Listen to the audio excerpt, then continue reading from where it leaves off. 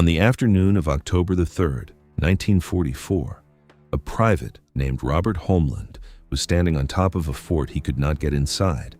He was on the roof of a concrete barracks, maybe 30 feet of reinforced masonry between his boots and the men trying to kill him.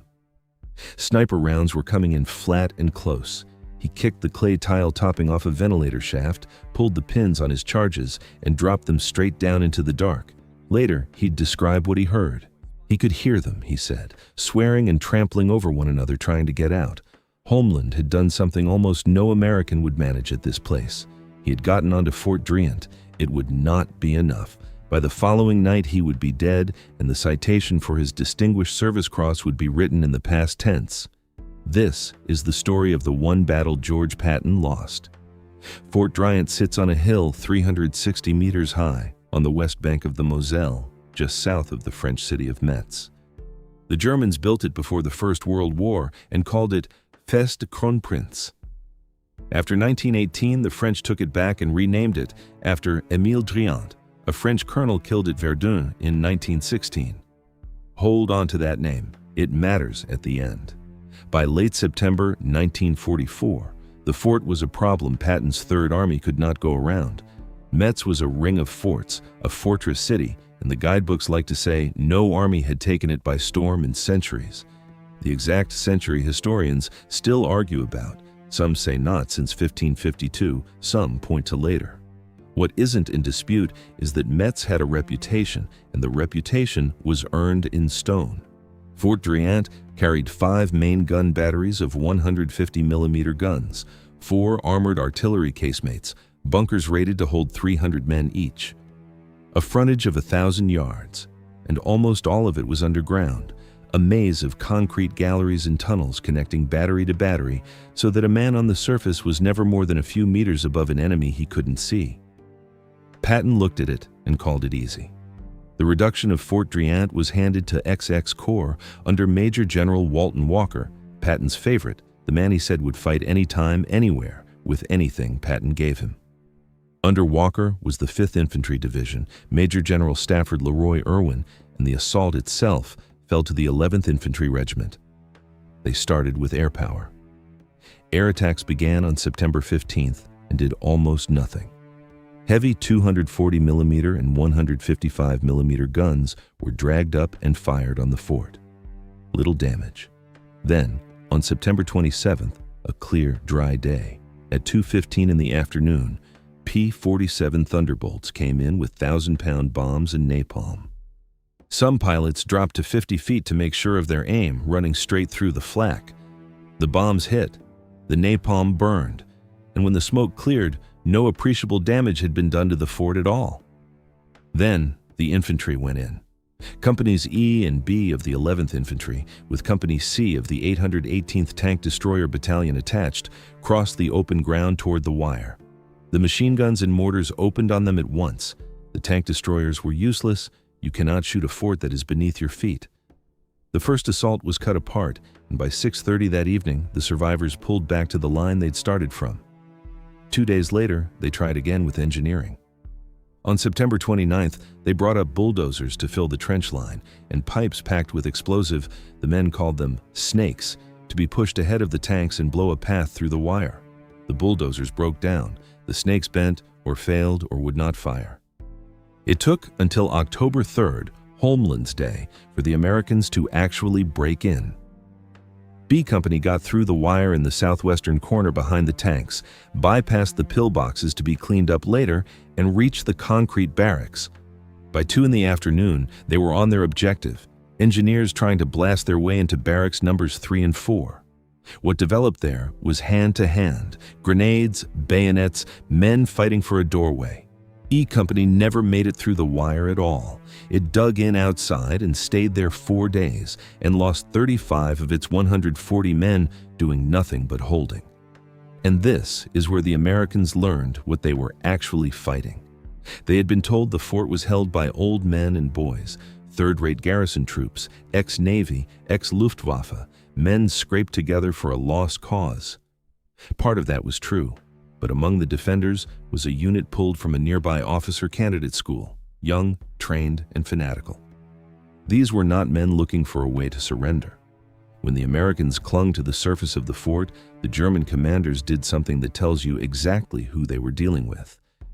The neighboring forts, Driant's own sister fortifications, opened fire on Driant itself. They shelled their own fort to kill the men standing on top of it. At night, the fighting went underground and stayed there. Teams of Germans came up out of the tunnels in the dark, hit the scattered American units, and vanished back below before anyone could fix them. The tanks were blind and useless.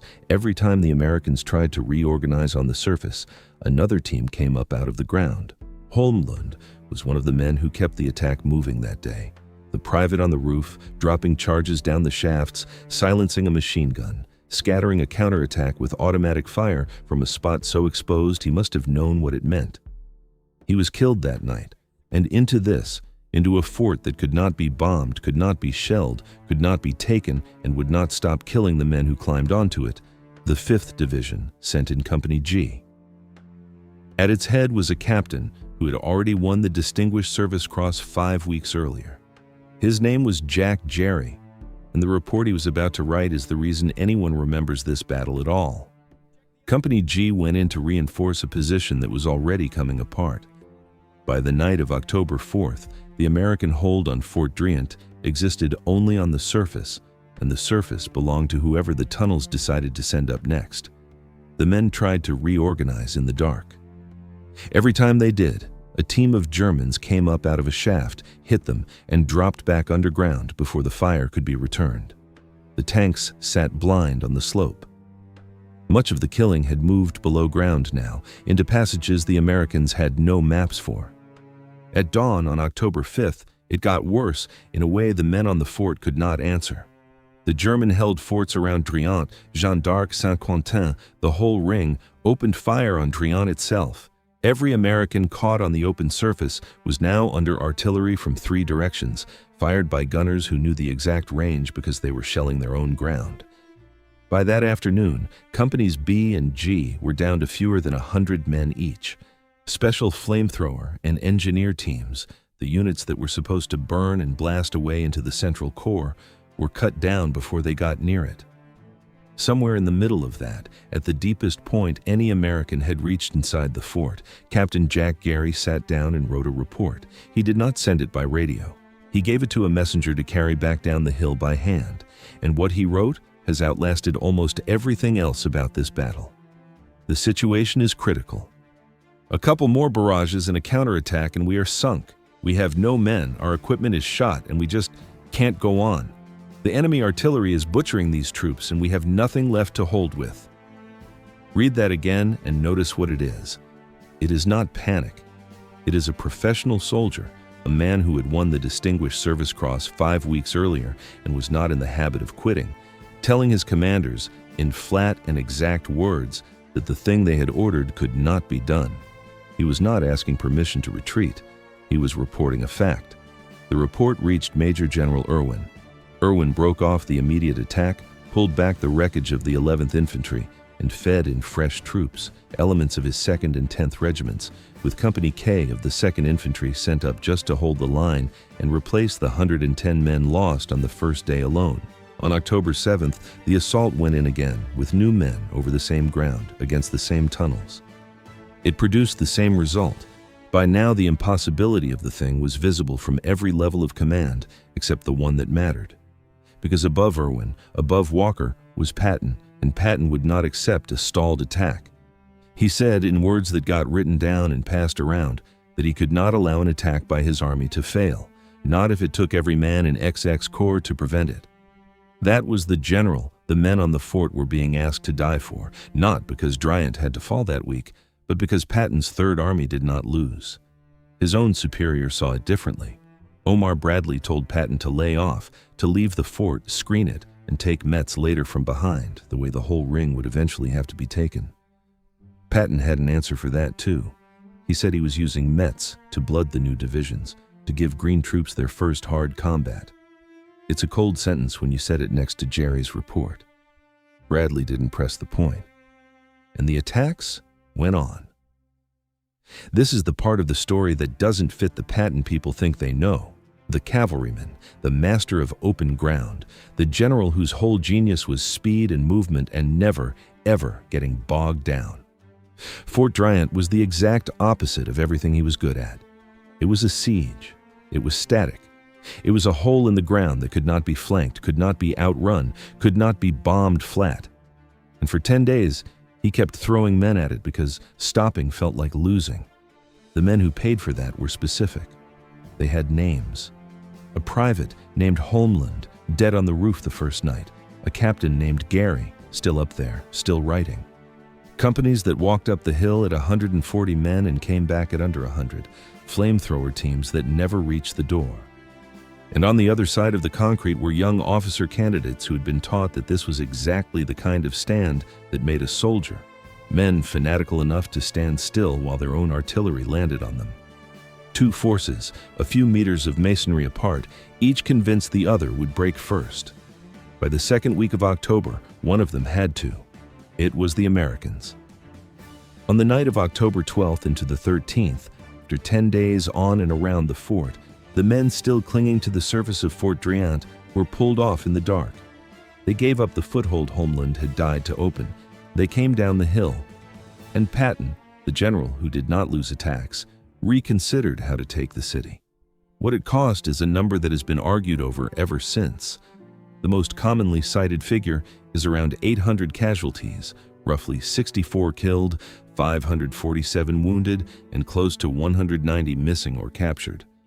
Some accounts put the losses lower at around 500, a few inflate them into the thousands. 80 years on, the exact toll is still disputed, which is its own kind of answer. Even the people counting couldn't agree on how bad it was. Here is the detail that says everything. Fort Driant was never taken by assault, not by the bombs, not by the napalm, not by the 240mm guns, not by 10 days of infantry. The fort simply outlasted the men sent to storm it. When Metz finally fell in December, taken the way Bradley had said it would have to be taken, by encirclement, from behind, with the fortress ring cut off and starved, Fort Driant gave up on its own terms. It surrendered, uncaptured, at 3:45 in the afternoon on December 8, 1944.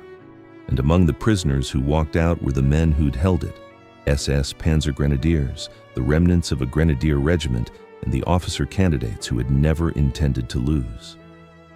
Patton learned the lesson Driant taught. He never again drove his army headfirst into a fortress like that. He went around. It's the kind of thing that gets folded into the legend later as wisdom. The great general adapts, bypasses, wins Metz anyway. What the legend leaves out is the price of the tuition and the names on the receipt. Private Robert Homeland got his Distinguished Service Cross, posthumously.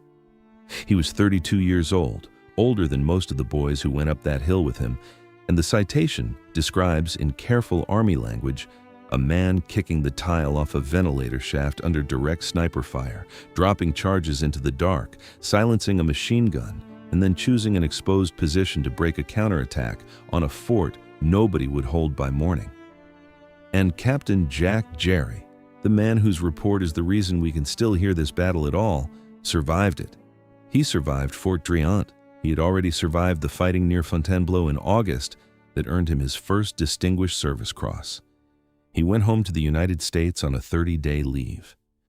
And then, on December 29, 1944, waiting at a depot in England for transportation back to his unit, Captain Jerry was killed when a captured German gun he was examining went off. 2 days later, on the last morning of the year, the men who had been in combat with him held a memorial service in a garrison chapel. Sit with that for a second. The man who stood at the deepest point inside Fort Driant and wrote down the truth when everyone above him was still pretending, the man the fort couldn't kill, died weeks later, far from any battle, with a captured weapon in his hands and an accident nobody could have written into a citation. There is no lesson in it. That's the point. The war didn't hand out endings that made sense. It handed out the ones it had. Now go back to the name on the fort. Fort Driant was named for Émile Driant, a French officer killed in February 1916 at Verdun in the opening hours of that battle, holding a position against a German assault. The French gave his name to this hill in his honor. a monument in concrete to a man who died defending French ground against Germans. 28 years later, that same hill was held by Germans, and the men dying against it were American. The fort named for a defender became a killing ground for attackers. The name meant to honor one war's sacrifice presided silently over the next ones. Émile Driant never saw the fort that carried his name. The Americans who died taking it probably never knew who he was. Fort Driant is still there today, on its hill above the Moselle. You can walk the ground. The tunnels are still underground. The ventilator shafts Holmlund dropped his charges down are still in the concrete. What survived in the end wasn't the victory. There wasn't one here, not the clean kind. What survived was a name on a hill and a report carried down that hill by hand, in the words of a captain who was telling the truth. We have no men, our equipment is shot, and we just can't go on. He was right. It took his own army 10 days and a general's pride to admit he was right. And it cost him in the end nothing that made any sense at all.